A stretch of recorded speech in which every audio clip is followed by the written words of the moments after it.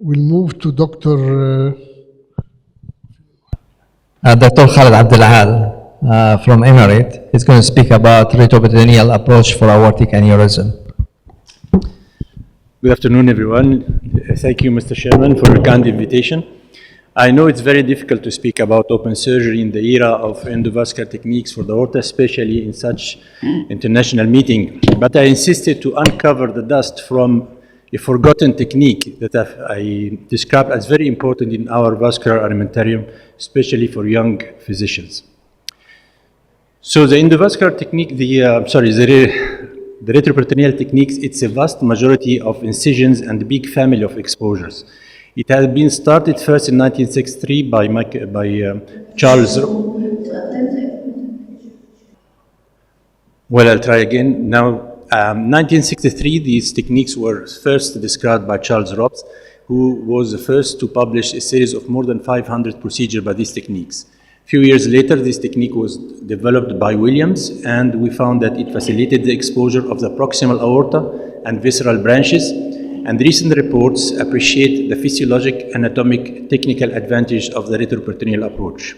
And the indication later on was expanded for repair of all types of aortoiliac disease. So when you can see on the right side, the Rob's classic technique between the tip of the 12th rib up to 2 fingers below the umbilicus, and then it was expanded later on by Williams by the pararectus technique, and expanded downwards to the lombotomy up to the thoracoferral lombotomy that you see on the left side. So when I started to study this subject on literature, I started to search first for the disadvantages of retroperitoneal technique. And I found some anecdotal criticism. First, it has a learning curve and can appear less attractive. Of course, this is not a criticism because everything needs a learning curve. But the abdominal contents cannot be assessed, and the venous anomalies such as retroaortic and renal vein of left side, inferior vena cava, also cannot be assessed. But also these are very rare conditions, and they can be appreciated just before surgery during the angiographic workout. So these are not a serious condition. But the most acceptable one was published by Honing and Gardner, who state that there is incidence of bulge. Although it is a small notification, but a bulge means a kind of hernia. In their study was between 11 and 23%. And they thought that it is associated with abdominal wall nerve injury. 4 years later, Nakajima has published another similar study stating that there is no direct evidence of such hernia, and he found even when he compared the retroperitoneal or transperitoneal that the hernia are more in the transperitoneal approach rather than the retroperitoneal. So when we come to the advantages of the retroperitoneal, we found that it provides an unparalleled access to the abdominal wall and supraceliac level, the left renal artery, and even both iliac arteries. The technical challenge that we may face in transperitoneal approach can be avoided, as in case of hostile abdomen from multiple laparotomy, several adhesions, or even after left side colonic surgery. In obese patients, this technique is very advantageous because abdominal fat will fall to the right side because the patient is tilted on his right side, and the fatty omentum and bowel are completely avoided.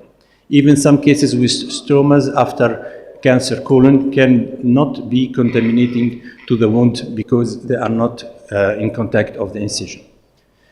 Another technical challenge that can be avoided by the retroperitoneal approach was described by Calco regarding the importance of this technique in high-risk patients for open surgery, often with significant cardiac or respiratory comorbidity. A horseshoe kidney can be avoided by this technique, and they have found that it has easier access to the juxtarenal, suprarenal aorta for aneurysm when placement of infrarenal aortic cross clamp is not possible. This is also very important to adopt this technique in case of inflammatory aneurysm, fibrosis, and in case of redo aortic surgery after previous transperitoneal. It decreases the post-operative ileus, less respiratory complication, better toleration for the incisional pain, and decrease of hospital stay. Regarding the results and the outcome, it was managed by Arco and Hayuki and published in 2001-2002, and they have found that the operative mortality in retroperitoneal approach was about 12% and compared to 34% in patients with transperitoneal approach. That means the retroperitoneal approach in case of aortic aneurysm in these cases was less 3 times than the mortality complication transperitoneal approach. They have faster recovery, quicker return of bowel function, fewer pulmonary complication, less pain, and less cost. And they found that the possible reason for better outcome were reduced blood loss, loss of drop of temperature due to lack of peritoneal opening, and earlier return of gastrointestinal function. Studies comparing retroperitoneal to transperitoneal was started by Sikar in 1987 when he evaluated the retroperitoneal approach against the transperitoneal in a retrospective non-randomized study containing both stenotic and aneurysmal aortic disease. He concluded that the retroperitoneal approach was preferable with less blood loss, faster initiation of oral feeding, and reduced hospital stay. A few years later, Darling has confirmed this data by a prospective study published in 1992, but only with 27 patients. Sikard published again 3 years later, 1995, a real large prospective randomized study reporting 75 patients operating by TP group, TP technique, and 70 in retroperitoneal technique, and he found fewer complications and shorter intensive care. Even the recent study in 2010 by Bocon has performed the retrospective study concluding the operative time was longer in transperitoneal group, and there is a quicker return to gastrointestinal function in retroperitoneal group, and interestingly, fewer incisional hernia occurred in the retroperitoneal group. So now, in the era of endovascular transperitoneal retroperitoneal, Baldrige tried it in 25 years ago, in 1999, to answer this question, which technique to adopt. By this time, endovascular, of course, was not developed as today, but he concluded that there is no difference in mortality rate. Endovascular is much better because it has shorter stay and less morbidity. But he concluded and confirmed that the retroperitoneal approach has less complication and less cost compared to transperitoneal approach. So when I searched now for the publication in the literature about endovascular repair compared to retroperitoneal surgery, I did not find any single prospective randomized study comparing endovascular repair with the retroperitoneal approach. No study has even directly compared the fenestrated graft with open revascularization of visceral arteries or renal arteries by open technique. And the current recommendation based on prospective registries still suggest open surgery for low and mild moderate risk, and for fenestrated devices are reserved for the moderate and high risk patients. But of course, as devices and experience improve, the debate between fenestrated grafting and open surgery looks to be continued. So, is there some conditions that open repair are recommended than endovascular techniques?